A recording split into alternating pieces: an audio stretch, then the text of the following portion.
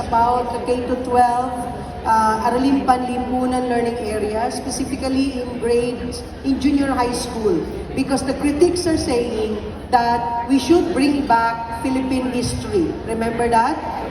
And so we're saying, meron na silang Philippine history ng grades 5 and 6. 2 taon. So pagdating ngayon sa grade 7, Philippine history in the context of Southeast Asia. That's what's different. Number 2, yung kasaysayan ng daigdig sa grade 8, magiging kasaysayan ng Asia at daigdig. Asia being now the focus, okay, in the discussion of world history. And then you have economics. Now it's called economics tungo sa likaskayang pag-unlad. Economics for sustainable development. And contemporary issue pa rin sa grade 10. Next slide. Dito sa ating makabansa, yan lang pinapakita ko lang na kailangan foundational din, mapalakas ang pundasyon ng mga mag-aaral sa pagbuo ng kanilang pagkakakilanlan bilang Pilipino, and so on. Next slide. We also integrated several social issues such as, for instance, gender, comprehensive sexuality education, human rights, and all those other social issues that are important to us as a nation. And so we did these particular processes in ensuring that the competencies there are included. Next slide. Ito na po yung kabuuan ng learning areas starting next school year. Grade 1, language, reading and literacy, maths, makabansa, GMRC.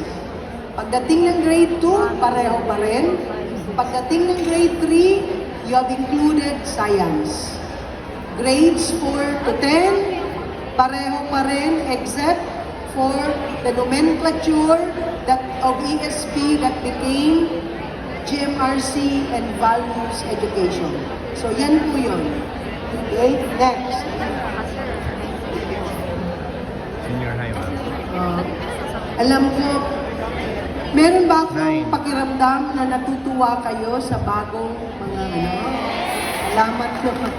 Alright. So, what are the leadership imperatives in the matatag curriculum? Number 1. Okay. Kahit tayo guro, hindi tayo tawag doon, principal, Mr. Teacher, hindi tayo supervisor, superintendent, regional director. We know that education changes. It has changed considerably. Even if it's one of those very conservative sector, it still changes. Not because it wants to, but because of the circumstances we are all in. Meaning that the world changes and education must adapt to that change. And we're saying we are not here to prepare kids for something. We are here to make our kids learn to prepare themselves for anything. Who would have thought that we will be visited by COVID and it stayed with us for 3 years? Andito pa rin siya, pero hindi na siya problema masyado. Who would have thought of that? And heaven forbid, there might be another. And we need to prepare for that. But more than us being prepared, it's our learners that need to be prepared. That is our job. Number 2, sige, we need to harness innovations. I was happy when R.D. Alan showed us the many innovations that Region 11 has done, because there really is no path but innovation. Okay? We need to innovate, and therefore, okay, constantly redesign the concept education to meet the needs of the diverse learners. And innovative practices in education are key components to preparing students for a global, competitive workforce in the 21st century. Next slide. Okay, this is very important. Sabi natin, ang core ng DepEd ay curriculum. Okay? In terms of what we need to give to our learners. But the other one is, you don't just stop with curriculum. there has to be a laser focus on the instructional core. And we have to understand that the instructional core is the heart of the teaching and learning process. It includes teachers' knowledge and skills, students' engagement in their own learning, and academically challenging content. Let me speak now to the teachers briefly. Why do you need to know the curriculum? Kasi yun ang Biblia ninyo. Ano ang inyong ituturo kung walang curriculum? You can't just pull anything from the air and say, eto ngayon ang aking ituturo. Hindi pwede. Kailangan may guide kayo. Kumbaga, sabi nga, si Dora, the Explorer, may mapa. Kayo din dapat meron. That is the curriculum. And you have heard it said often enough that the first job of the teacher is to make the students fall in love with her lesson. Tama?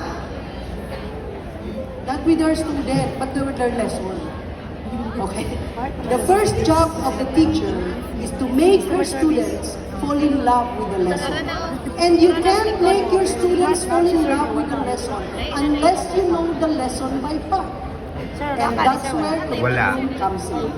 Okay? So, ito yung interaction ng teachers' knowledge and skills, students' engagement in their own learning, and academically challenging content. Next slide.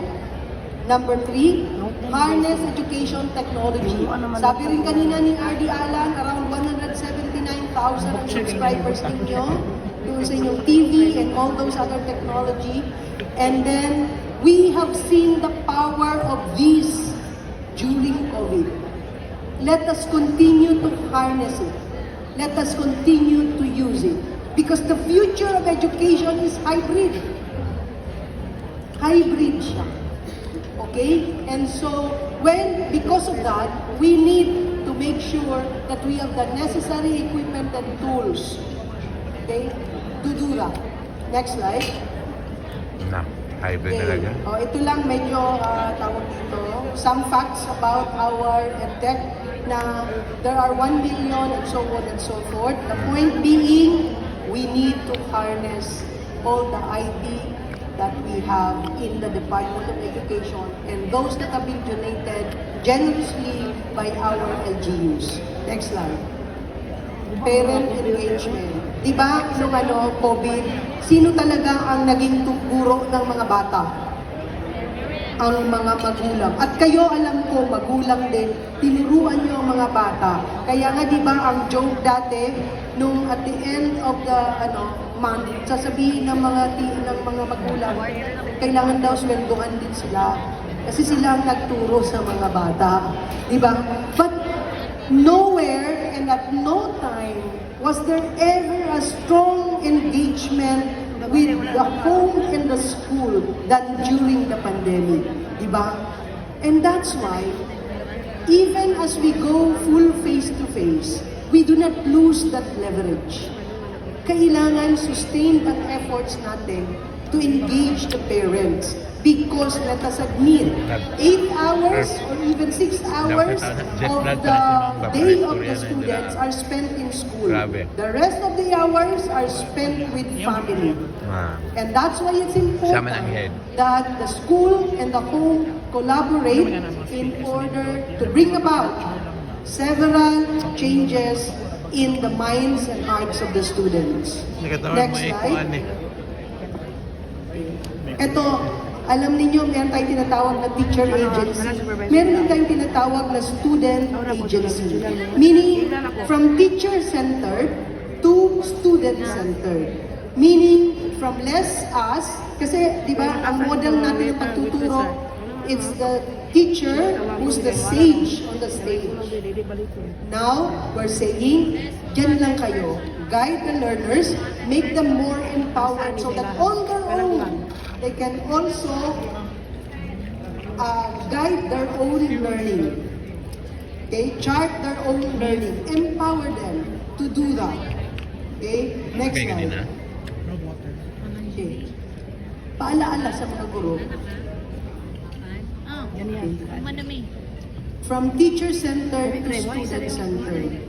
If we teach today's students as we taught yesterday's, then we rob them of tomorrow. We need to innovate. We need